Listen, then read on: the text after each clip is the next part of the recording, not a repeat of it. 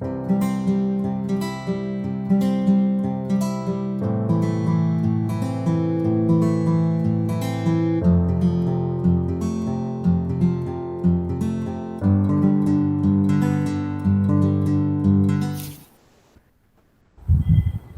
warm good evening to one and all, and welcome to Chrysalis 2021-22. Chrysalis 21-22 is a commemorative lecture series to fondly remember our late teachers, Rev Fr Antony Kuttikkatt, Dr. Dhanya Menon, and Professor M.D. Paul Davis. Today, we have our fifth lecture in the series. Let me fondly welcome Dr. Chaco Jospe, our principal, Dr. Betsy Palsy, Research Coordinator and Head of the Department of English, and Mr. Melvin Luke George, IQSE Coordinator to this gathering. Dr. Jeeja Ganga, Associate Professor at Government Victoria College, Palakkad, is the chair for today's session. Dr. Jeeja completed her PhD from the PG and Research Department of English, Vimla College, Thrissur, under the guidance of Dr. Anila Joseph, and has been a research supervisor at the PG and Research Department of English, Government Victoria College, since March 2021. She is guiding 3 scholars at present.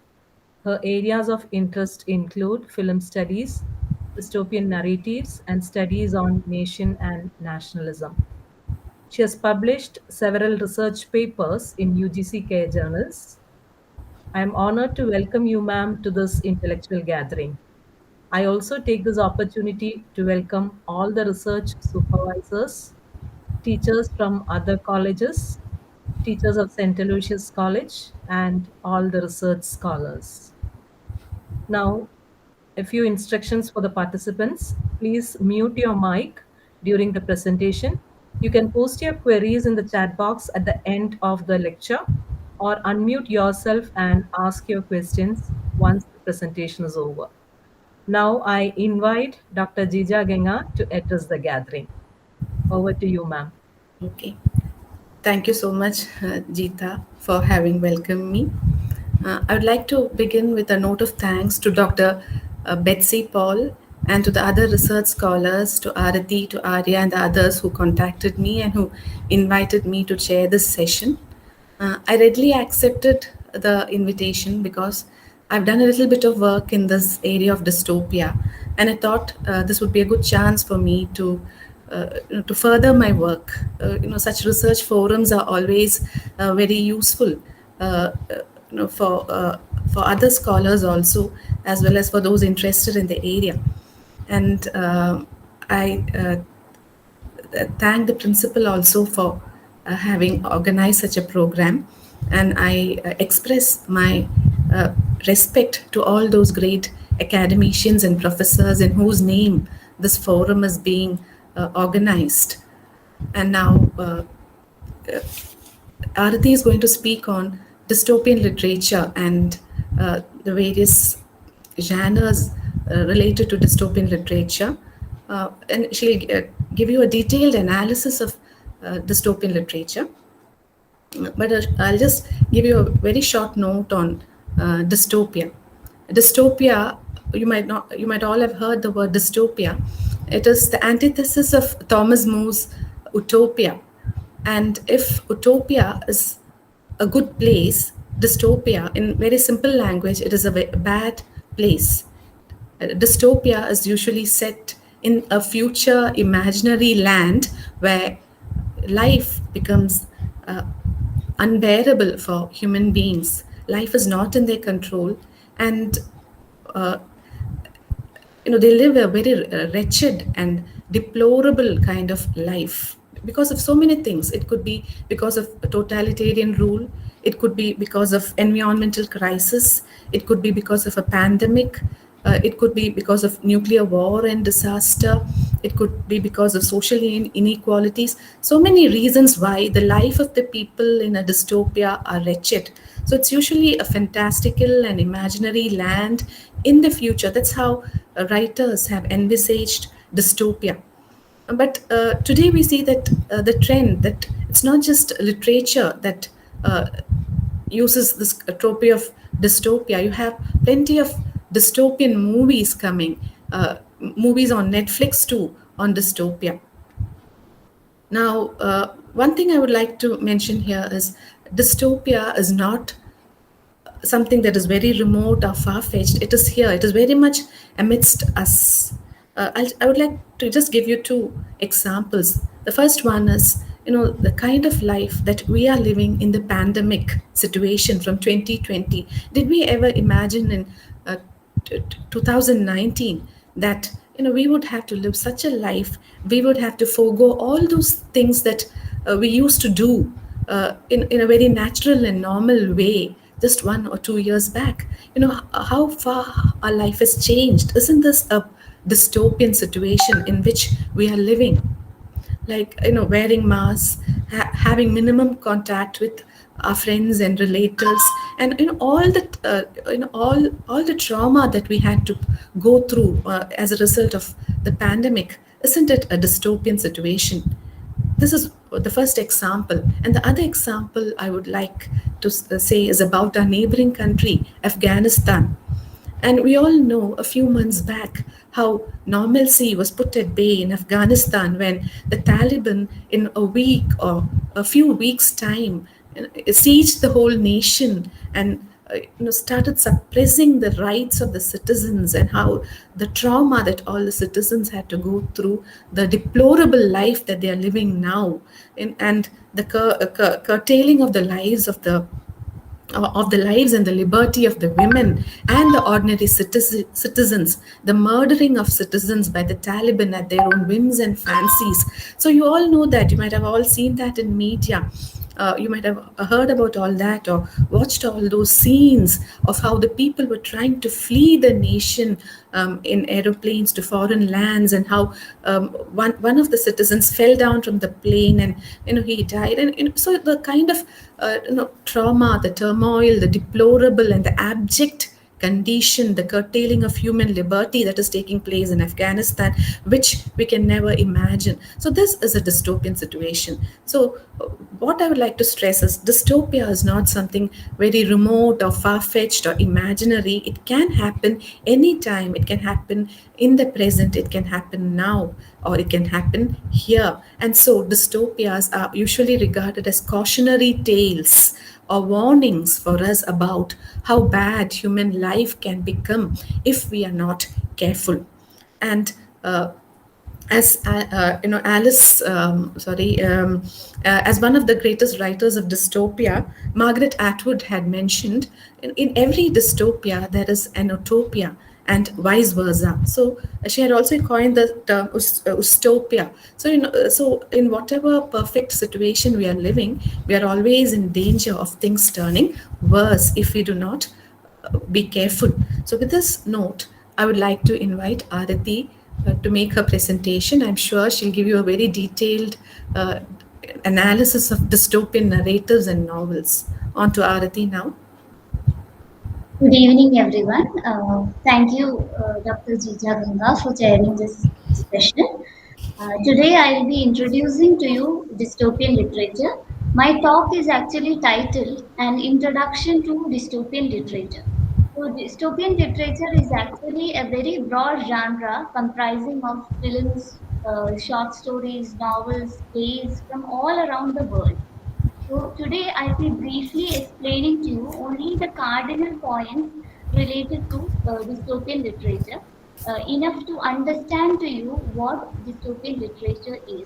So in this PPT presentation, I will be basically explaining to you the origin of dystopian literature, how it evolved, the many definitions of dystopia and dystopian literature, the themes and motives found in dystopian fiction, the literary techniques found in dystopian fiction, the subgenres of dystopian fiction, and the scholars and critics in this field, and what are their major contribution, and the purpose and relevance of dystopian fiction. So now I'll share my PPT with you all.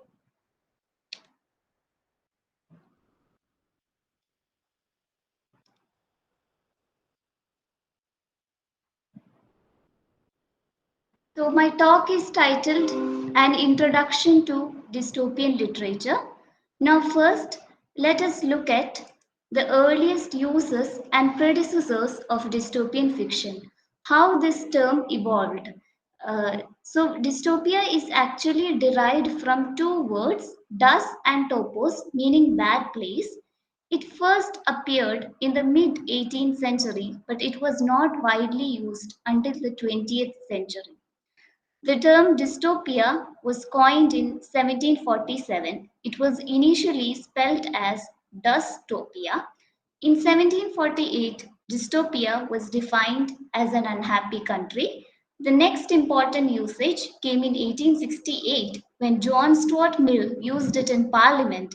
He termed the British policy in Ireland too bad to be practicable and its proponents as cacotopians. Cacotopia is an earliest predecessor of dystopia, actually means bad place.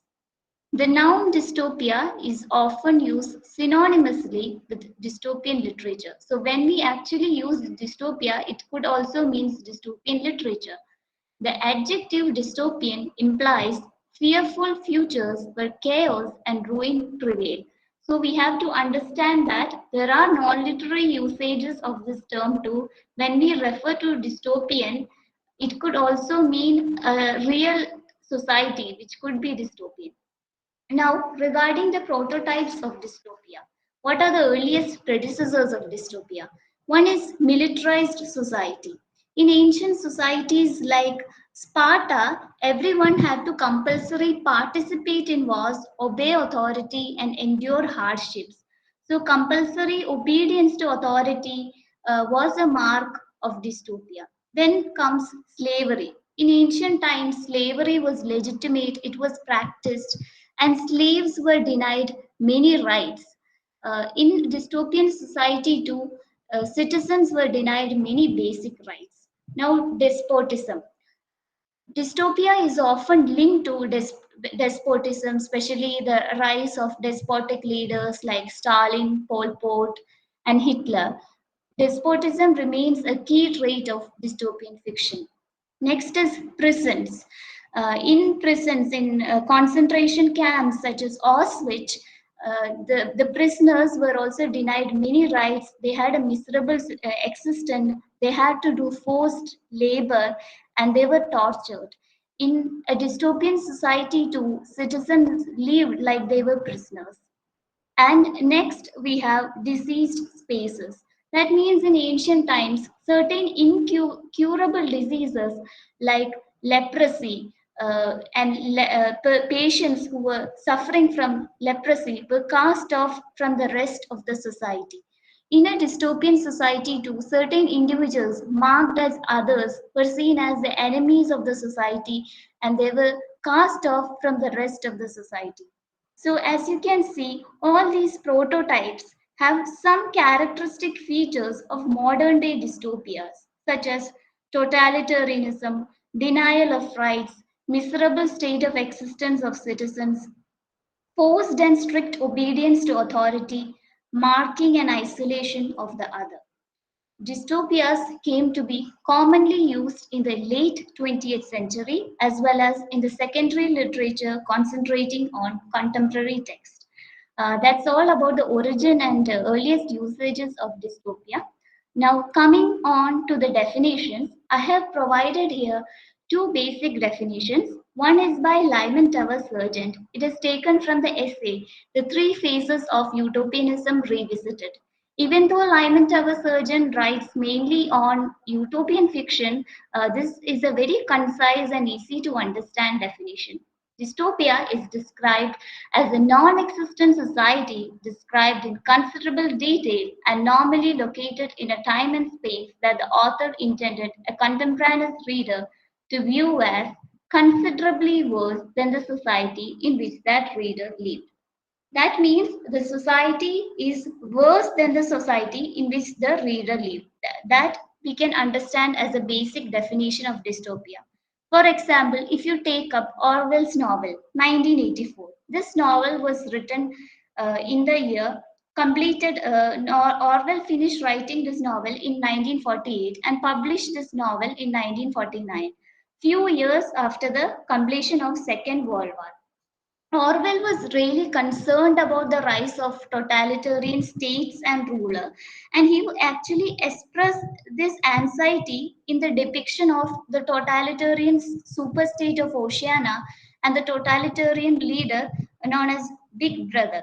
The novel certainly depicted a worse society than the present to the average reader at Orwell's time. It was a society in which many basic rights were denied to the citizens, and the citizens were always kept brainwashed with propaganda.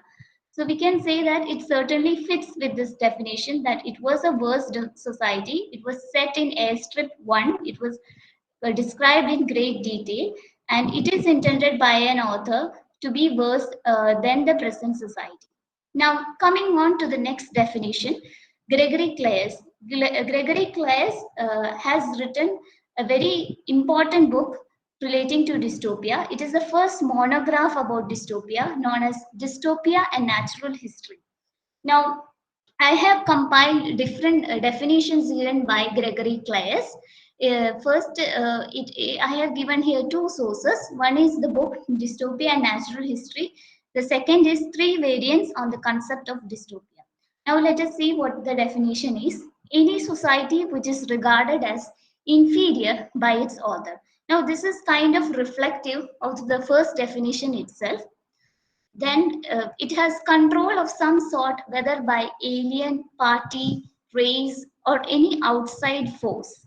That means dystopia has some sort of control or totalitarianism or despotism of some sort. For example, in 1984, we have the despotic figure known as Big Brother. In The Handmaid's Tale, it is the Republic of Gilead, and so forth. In every dystopian fiction, you will find an authoritarian authority who controls the lives of the citizen and makes them miserable. Dystopias attack social and political causes of human malaise. In dystopia, some social or political issues are always being satirized because dystopian fiction is also a satire. So in 1984, what is being satirized is totalitarianism and the rise of totalitarian states. In in Handmaid's Tale, the Handmaid's Tale, Margaret Atwood, what is being criticized is the rise of religious right at the time of Atwood, who restricted women's right and who imposed traditional and conservative views on women. Atwood was really concerned about this issue, and this actually motivated her to write The Handmaid's Tale, a society in which women were forced to become handmaids. Now, I have given here three factors or criteria to judge a text to be dystopian. So, why these three criteria are important? Because we say that someone's heaven is another person's hell. Just like one person's dystopia can be another person's utopia. So, how do we actually judge a text to be dystopian or utopian? For example, there is a text written by Ray Bradbury in which books are burned. It is a dystopian society. So a person who is not into intellectual pursuits and don't like going to college may view that as utopia, but to some others that may be viewed as a dystopia. So how do we interpret a literary dystopia? So that's why I've given three criteria. One is authorial intention. What has the author intended this text to be? Whether it is a dystopia or a utopia. What are the issues being criticized or satirized in this text? So, for example, again, the example of 1984, this text was intended to be a dystopian text by the author because he was really concerned about the rise of totalitarian leaders such as Stalin in USSR and Hitler in Germany. And he wrote this text some years after the Second World War. So to him, totalitarianism was really dystopian. We can know the authorial intention through biographical sources of the author, through interviews and other critical material. Next is Presumed reader context slash response. How the reader interprets or responds to the text is another criteria. The context in which the author wrote this work will help a great deal in understanding the politics behind the text. For example, even The Handmaid's Tale, it was written in the 80s when there was a rise of a group known as religious right, and they actually wanted to impose conservative and traditional roles for women. Atwood was really concerned about the rise of religious right, as well as Ronald Reagan administration, who believed in conservative rules for women. And she wanted to imagine a society when such conservative elements would come to power, what would be the plight of the woman in the society? So we see that in the theocracy of Gilead in The Handmaid's Tale. Content. Content means the fictional relationship portrayed in the society. Is there despotism in the dystopian text which is being portrayed? How is the relationship between the citizens and the dystopian government? You can also analyze whether the common themes and motives found in dystopian text are in the text or not. For example, 1984, it is a classical dystopian text. It has all the characteristics associated with the dystopian text, like you have despotism in the figure of Big Brother, you have a surveillance society, you have the citizens being brainwashed by this by propaganda. You have this protagonist who is being who initially was part of the government, then he rebels against the government, and then he is being defeated. In classical dystopias, the protagonist is at the end is often defeated by the totalitarian regime. So some of the motives and themes can be also used to analyze and see whether the text can be dystopian or not. All this is intertwined with the interpreter's interpretation of the text. So these three criteria we can use to understand whether it is a literary dystopia or not. Now moving on, the themes and motives associated with dystopian fiction.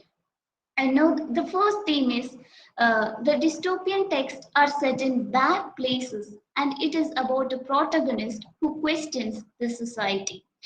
If you take up the example of 1984, Winston Smith actually uh, is part of the government. He works in the Ministry of Truth. Then he has a realization after he meets Julia. He joins a counter movement, but later he is arrested by the thought police and made to love Big Brother, brainwashed, and then re-released in the society. So the rebellion in classical dystopias is curtailed or suppressed, and we won't see that in critical dystopias, which we will be discussing in some time. The second is despotism or any sort of outside control. As we already know, dystopian societies have some kind of control or despotism. For example, in the dystopian novel we have a cruel leader known as benefactor. In Airstrip 1, we have this leader known as the Big Brother. In Handmaid's Tale, we have a military dictatorship known as Gilead. Memory is banished and forbidden in dystopian societies. Why? It's because memory gives us an alternative way of life, which plays a key role in the opposition of dystopian order and government. And this realization will help us to know that things were better in the present. For example, Offred's recollection of her past life in Handmaid's Tale, how the life was better in the past. It is an example of memory. Language is a tool of propaganda by the dystopian regime. Language is often appropriated by the dystopian regime to brainwash the citizens. The greatest example is the language newspeak, which newspeak in Orwell's 1984, which really restricts the citizens' thoughts. And in Handmaid's Tales also, even though the state is at war, only the victories are reported. And the Bible, the book of Genesis, is also being rewritten to suit the agenda of the dystopian regime. Fifth, Traditions are forgotten in dystopias. History is often denied in dystopias. Art remains under the control of dystopian regime. Sixth, a technophobic society. So dystopian societies are always societies which shows the negative consequences of society or the adverse effects of using technology. For example, in 1984 itself, you might be familiar with the famous phrase, Big Brother is watching you. It is about the constant surveillance which the citizens are put under. There is telescreens on every citizen's home. There are cameras and hidden microphones even in the workplaces. So it is a society which invades on the citizens' privacy, and it uses all kind of technologies to do this. It is a very technologically able state, but it misuses this technology. Surveillance state, again, this is a dystopia is a surveillance state. We know that in dystopian societies, dystopian government often uses the technology to pry on its citizens. Restriction of movement to the citizens. Now, the citizens cannot travel in any part of the world freely. They have to take the permission of the dystopian government. For example, in the dystopian society depicted in V, it is ruled by a person known as the benefactor, and it is surrounded by a giant green wall which separates the citizens from the untamed nature. Ninth, information is no longer private. All the information in the dystopian world is actually recorded and available. Nothing is personal, not even a thought. Suppression of individuality. In a dystopian society, individuality is suppressed because dystopian regimes want unthinking masses who can blindly obey authority. So any kind of personal expression or individual thought is not encouraged because it can lead to rebellion. For example, in the society known as V, in the novel V, each citizen is assigned a number instead of a name. They do not even have a name, and they are actually given identical uniforms, and all forms of personal expression are being denied to them. And in classical dystopias, sexual relations are manipulated as a mechanism of social control. So, sexual relations are seen as a way to control the masses. For example, in Brave New World, promiscuity was a means of keeping people content. So, these are the themes and motives associated with dystopian fiction. Now, about the literary techniques. What are the literary techniques which are commonly used in dystopian fiction? One is defamiliarization. Now, what is defamiliarization? It is the artistic technique of presenting to audiences common things in an unfamiliar or strange way so that they could gain new perspectives and see the world differently. It can bring new perspectives on social and political issues by setting the events in an alternative world. For example, there is a dystopian novel known as The Lesson by Soumya Rajendran.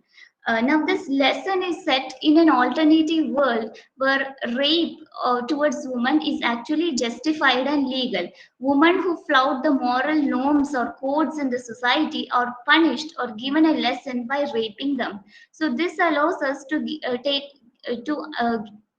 realize a new perspective towards this social issue of rape. The second is in medias res. It means that the narrative opens in the middle of things or middle of the plot without setting up an exposition. The protagonist is already in the dystopian world when the story begins. He or she is already immersed in the dystopian world when the story begins, until an alienation sets in and he or she begins to question and rebel against the society. So you have a 1984 novel itself. The novel starts with a very famous sentence. It was a bright, cold day in April, and the clocks were striking 13. So these are the two main literary techniques followed in dystopian fiction. Now coming on to the subgenres of dystopia, these are the subcategories of dystopia. One is critical dystopia. What is critical dystopia? It's a non-existent society described in considerable detail and normally located in a time and space that the author intended a contemporaneous reader to view as worse than the contemporary society, but that normally includes at least one utopian enclave or holds out hope that the dystopia can be overcome and replaced with a utopia. That means it is a dystopian society, but within the dystopian society, there is at least one utopia, or it gives us the hope that this dystopia can be replaced with a utopia. Now, I have given the example of a movie for you to understand. There is a movie known as Matrix, which is a science fiction and dystopian movie. In that movie, illusory or constructed realities are provided. People are actually living in a virtual reality, but they are not aware that they are living in a virtual reality. The world now is ruled by machines or artificial intelligence, but people do not realize that. Our hero or protagonist, known as Neo, wakes from this virtual reality and realizes the real truth or real reality behind this, and he joins the gang of Morpheus to free humanity from the control of machines. At the end of the movie, even though they do not necessarily succeed in defeating the machines and AI, we are shown that the struggle of Morpheus, Neo, and their gang continues. So the movie actually has an open ending, and critical dystopia has an open ending, and it gives us some sort of hope that there is a counter movement, there is a rebellion against the dystopian regime, which could replace it with a better society. That is why it can be cited as an example of a critical dystopia. I have taken this example from the book Dark Horizons. Now, compared to critical dystopia, if you compare it with classical dystopia like 1984, we have Winston Smith. He is actually defeated by the totalitarian regime of Big Brother, and he is actually re-released in the society because his rebellion is being defeated and there is nothing he could do, so there is no hope there, and there is a closed ending unlike the open ending in critical dystopia. Next is feminist dystopia. It is a dystopian society on gendered lines which exaggerates the existing power relations between men and women in the contemporary world. So it is a dystopia itself, but it raises many pertinent feminist issues. These are societies which could be described as bad places for women. It is characterized by a suppression of female oppression brought about by a patriarchal system. There is a gender inflected oppressive order, and there is a suppression of female desire which is brought into effect either by men or by women. The example is, you might be knowing this, Margaret Atwood's famous novel The Handmaid's Tale. It shows a society where some women who are fertile are forced to become handmaids. They are forced to produce children for commanders or the ruling class of men. There is also severe limitations on people's right, especially those of women who are not allowed to read, write, or own property. Next, we have post apocalyptic dystopia. Now, post apocalyptic dystopia happen or set after the aftermath of an apocalyptic event. An apocalypse can be a series of cataclysmic events which can lead to the end of the world. And in post apocalyptic society, the survivors, we are shown a society in which survivors somehow are trying to survive in the society. So, example is the novel Hunger Games by Suzanne Collins. It's also adapted into a famous movie. So, in the Hunger Game, it is set after a very terrible event which devastated humanity. All the countries in the world were destroyed except Panem. We are not shown what this apocalyptic event is, but it is often cited as an example of a post apocalyptic dystopia. Now, eco dystopia, as its name itself suggests, it's about some sort of ecological catastrophe has occurred in this dystopia. including scarce natural resources and a damaged agricultural environment. It also expresses anxiety about issues such as artificial intelligence, cybernetics, virtual reality, which are also related to um, large scale alteration of ecology. So, one example is The Drowned World by J.G. Ballard.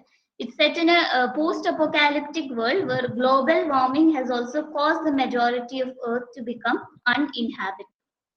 So, these are the subgenres of dystopia. Now, regarding the scholars and critics in this field, these scholars have contributed to the field of dystopian literature. First is Gregory Claes. He is a professor emeritus of history at the University of London. Now, this book is very important, Dystopia and Natural History, which was published in the year 2016. It is actually the first monograph devoted to the concept of dystopia. And if you read this book, you will also know important facts relating to dystopia, such as genealogy of this term, definitions, literary history of dystopia. Second is Lyman Tower Sargent. He has written The Three Phases of Utopianism Revisited. Lyman Tower Sargent is actually an American academic professor emeritus of political science at the University of Missouri. Even though his main interest is in utopian literature, he has given a very concise and easy definition of dystopia in this essay. Next is Tom Whelan. Yeah, he is actually a professor of English at the University of Arkansas. He has written the book Dystopian Literature, a Theory and a Research Guide. Now, some aspects of dystopian society, we can analyze it using the theories of certain philosophers like Foucault, and he has provided some such theories in this book. And he has also written a book known as Dystopian Impulse in Modern Literature, Fiction as Social Criticism. This book actually provides a detailed study of various literary dystopias, and he analyzes them as social criticism. Next, we have Raffaella Baccoloni, who is a professor, and her research interests are contemporary and 20th century American English literature as well as gender study. She has actually edited this book along with Tom Whelan, known as Dark Horizon, Science Fiction and the Dystopian Imagination. So, this book actually has essays from various authors concerning science fiction dystopias, feminist dystopias, and critical dystopias. So these are the major scholars and critics in the field. And also, Tom Whelan has actually written this concept of critical dystopias in his book Scraps of the Untainted Sky. He actually developed this concept in the Scraps of Untainted Sky, which was published in the year 2000. Now, next, about the purpose and relevance of dystopian fiction. Why do we write dystopian fiction, and what is the relevance of dystopian fiction in the 21st century? Every critic agrees that it is to warn us of societies which we do not wish to inhabit. That means proactive action should be taken in the present so that we can avoid living in the societies as shown in the dystopian text. Dystopian texts are also read during a period of great social changes when people no longer can make sense of the world around them. For example, following Donald Trump's inauguration, the sale of the novel 1984 actually spiked, according to Penguin Random House. And dystopian fiction can actually provide us with a consolation that things are better now compared to the dystopian society which is worst. So it is providing us with some sort of consolation. Dystopian fiction also provides us with a horror or thrill of danger without being in actual threat or danger. As long as there are social and political issues in the society, since dystopian fiction is some kind of satire, dystopian genre is there to exist for a very long time. That's all I have to say on dystopian fiction. Thank you, everyone.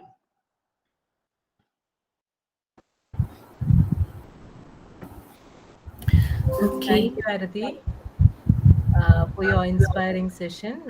You gave us a very detailed explanation of dystopia, and you provided us with ample examples also. Now, I invite Dr. Jeeja Ganga to reflect on the presentation and to give her views on the topic. Okay.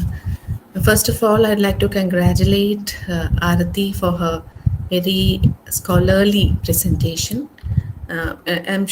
She has done extensive research on the topic, and she has covered a wide range of texts, literary, and she also literary texts as well as cinematic texts, and she is very clear about the topic, and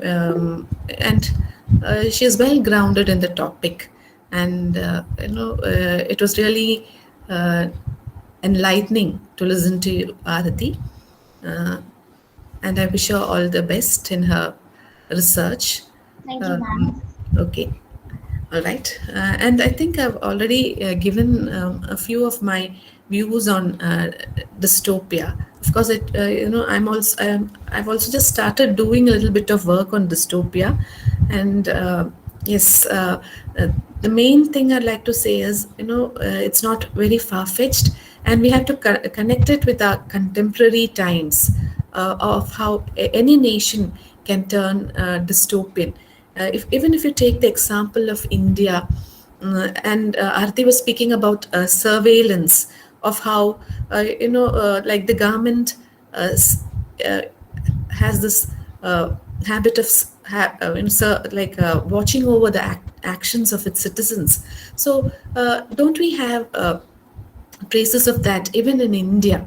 When the government wants to interfere too much in the activities, if you think for very clearly, or in a very deep way about it, you'll know how the government always tries to have its grip on its citizens in various ways, and some people may even question the Aadhaar card and so many other measures of the government, and even the policy of demonetization and many of the policies of the government, where citizens are tried to be suppressed and all that. So any government, any nation can assume dystopian contours. So rather than thinking of it as something far-fetched or imaginary, we should be very cautious that it can happen anytime, any place, and that's why dystopian fiction is always called a cautionary tale. It gives you a word of caution, or it tells you to be careful of what can happen, of how your liberty or your freedom can be suppressed. And as I was telling you, what happened in Afghanistan, all on a sudden, the Taliban takes control, and citizens have no rights, or no liberty, nothing. So I'm not going to elaborate further on this. Now I would like to uh, open the forum for discussion. I think there are two respondents who would like to uh, express their views and have clarifications from Arathi. So I uh, invite them to to respond to the paper presented by Arathi. Thank you, ma'am. Am I audible? Yes, Anita, Okay. you're Okay. audible.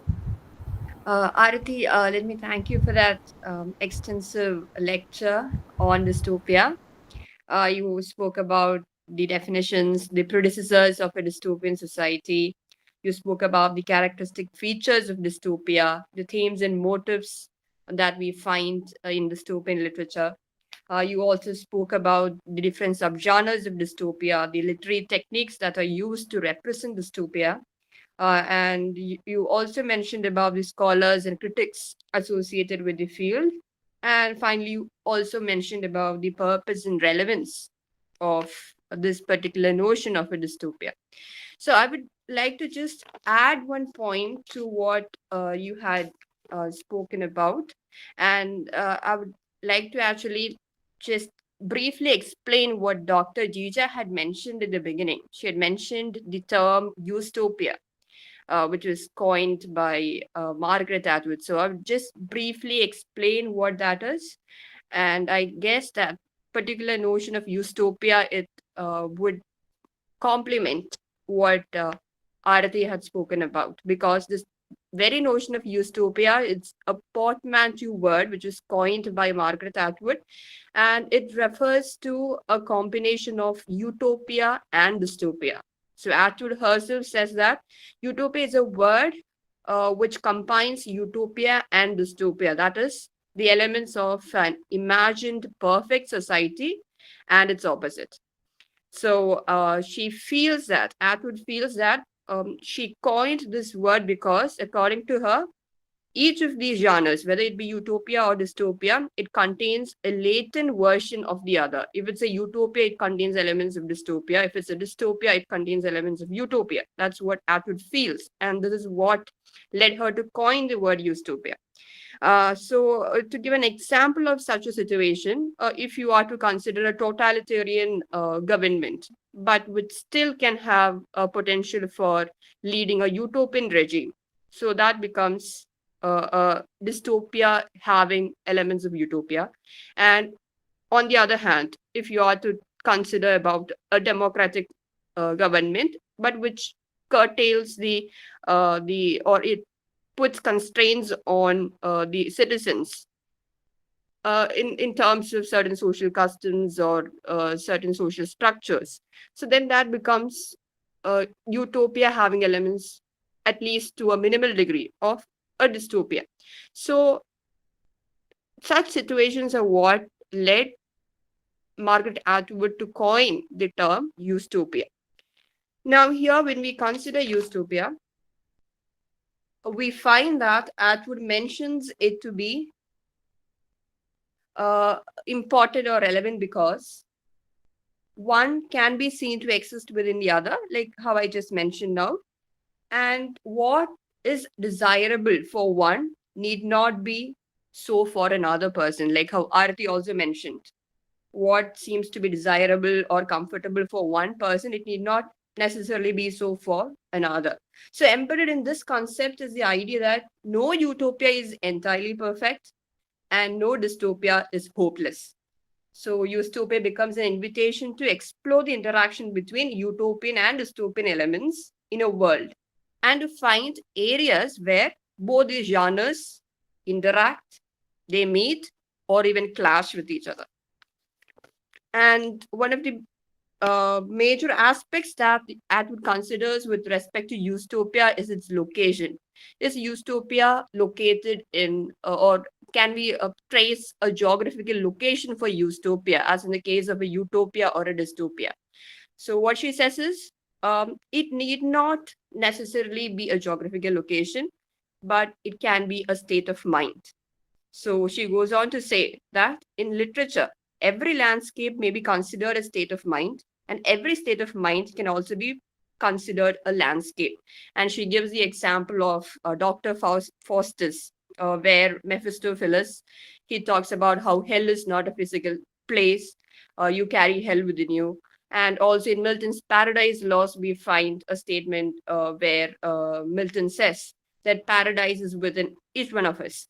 So similar is the idea with utopia as well, where we find that it is not merely a physical space or a place, but something that exists in the mindscape as well. And regarding utopia, technological and societal changes, like how in a dystopian environment, you find traces of that. But at the same time, it also involves multiple human perspectives. So that means rather than one dominant voice, utopia acknowledges different voices. So both the stakeholders and non-stakeholders, they are almost at par with each other. And one of the aims in conceptualizing a utopia is to create stories without strict adherence to stereotypes. So, and according to scholars who've written about utopia, they say that writing about or designing utopia is something much difficult than writing about utopia or a dystopia, since it requires a careful balancing action. And finally, if you are to ask if utopia are better than dystopia, we cannot actually arrive at a conclusive answer like how Atwood says, since it can neither be positive, can it cannot be negative as well. But it is intended to blur the binary between the two different genres, utopia and dystopia, which are usually considered antithetical or opposite to each other.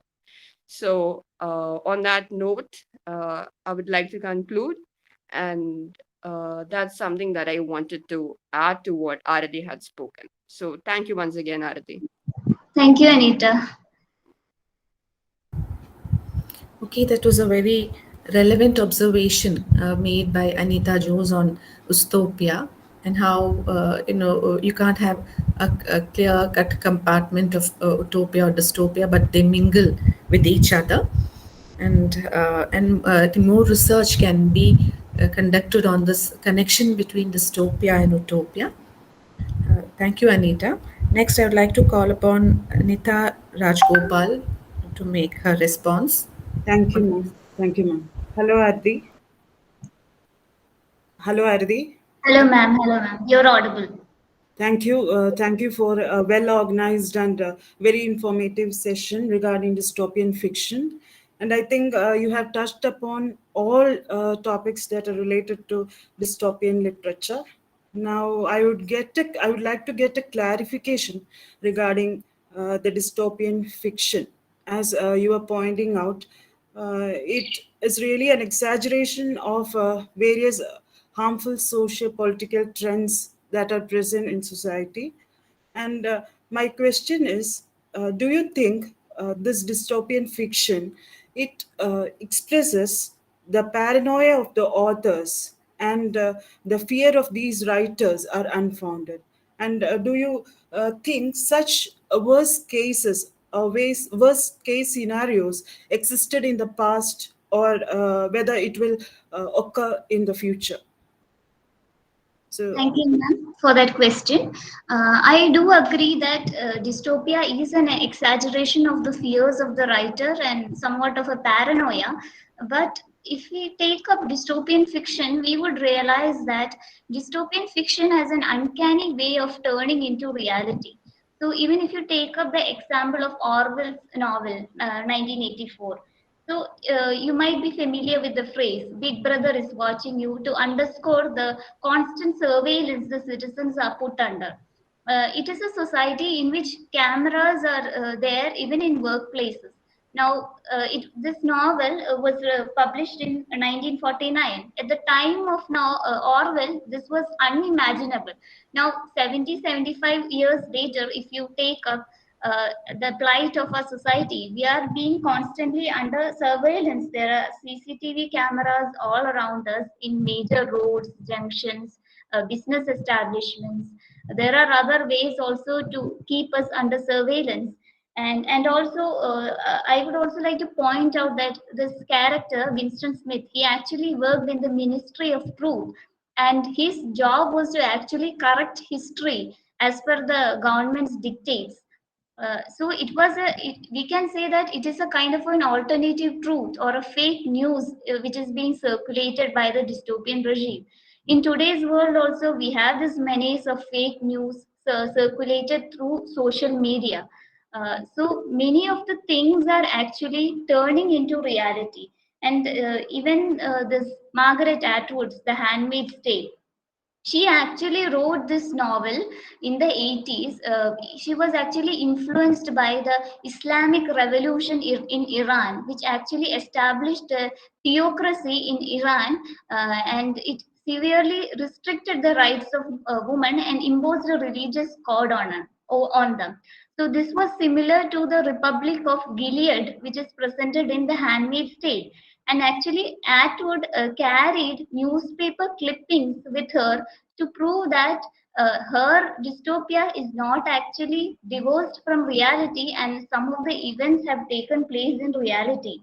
And even in a dystopian novel known as The World Set Free by H.G. Wells, it was published in 1940.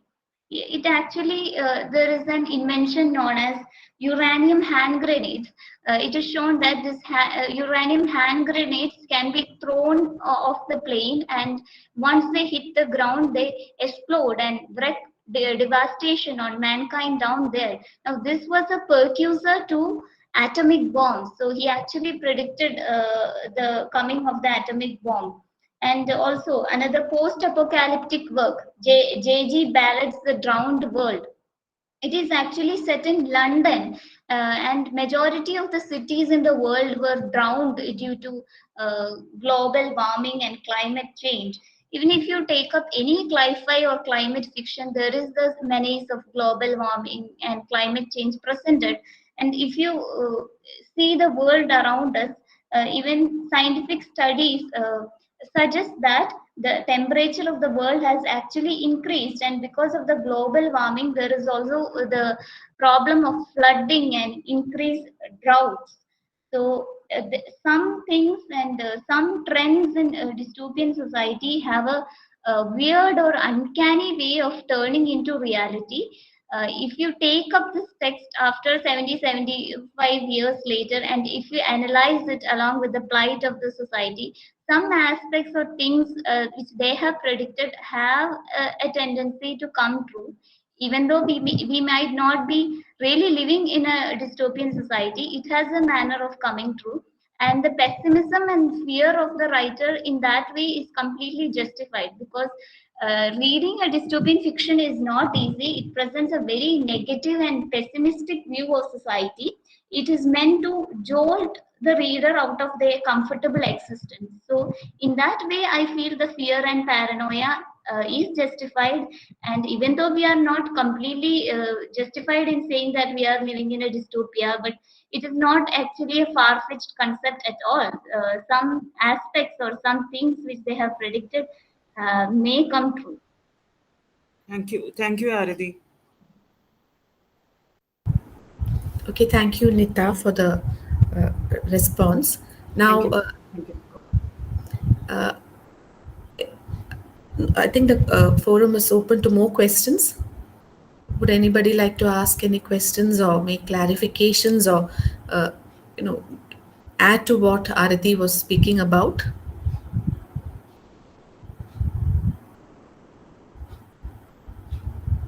Arathi, Arya has posted a question in the chat box. She has Yes. asked whether Jeremy Bentham's concept of the panopticon can be a feature of the dystopian society.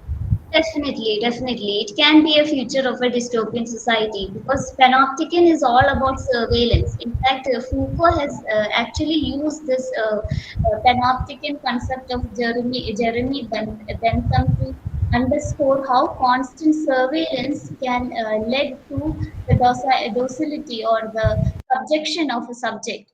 This author which I mentioned, Keith Booker, he has actually given this theory of panopticon, which by Bentham and Foucault, for the analysis of surveillance society.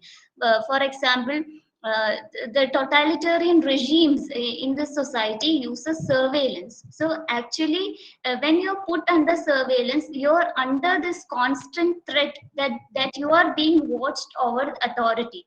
So you can link it to panopticon and the Foucault's concept of surveillance. How when you're put under surveillance and constant authority, you become a very compliant subject. You are under the power or the power of the gaze of the person whom you are under surveillance, and this makes you follow rules and regulations very strictly. That is how power of the gaze or power of the surveillance operates. In that context, you can definitely use Jeremy Bentham's panopticon as well as Foucault's theory of surveillance panopticon from discipline and punishment for analyzing this feature of surveillance in dystopian societies. It is very much relevant. It is a recurring theme in all dystopias.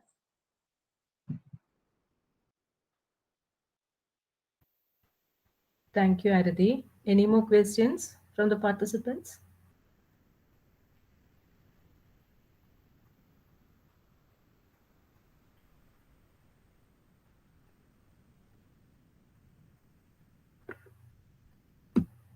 Please note that the attendance link and feedback form is posted in the chat box. All the research scholars are requested to kindly fill in the form. Any more questions? Any remarks or opinions regarding Arathi's presentation?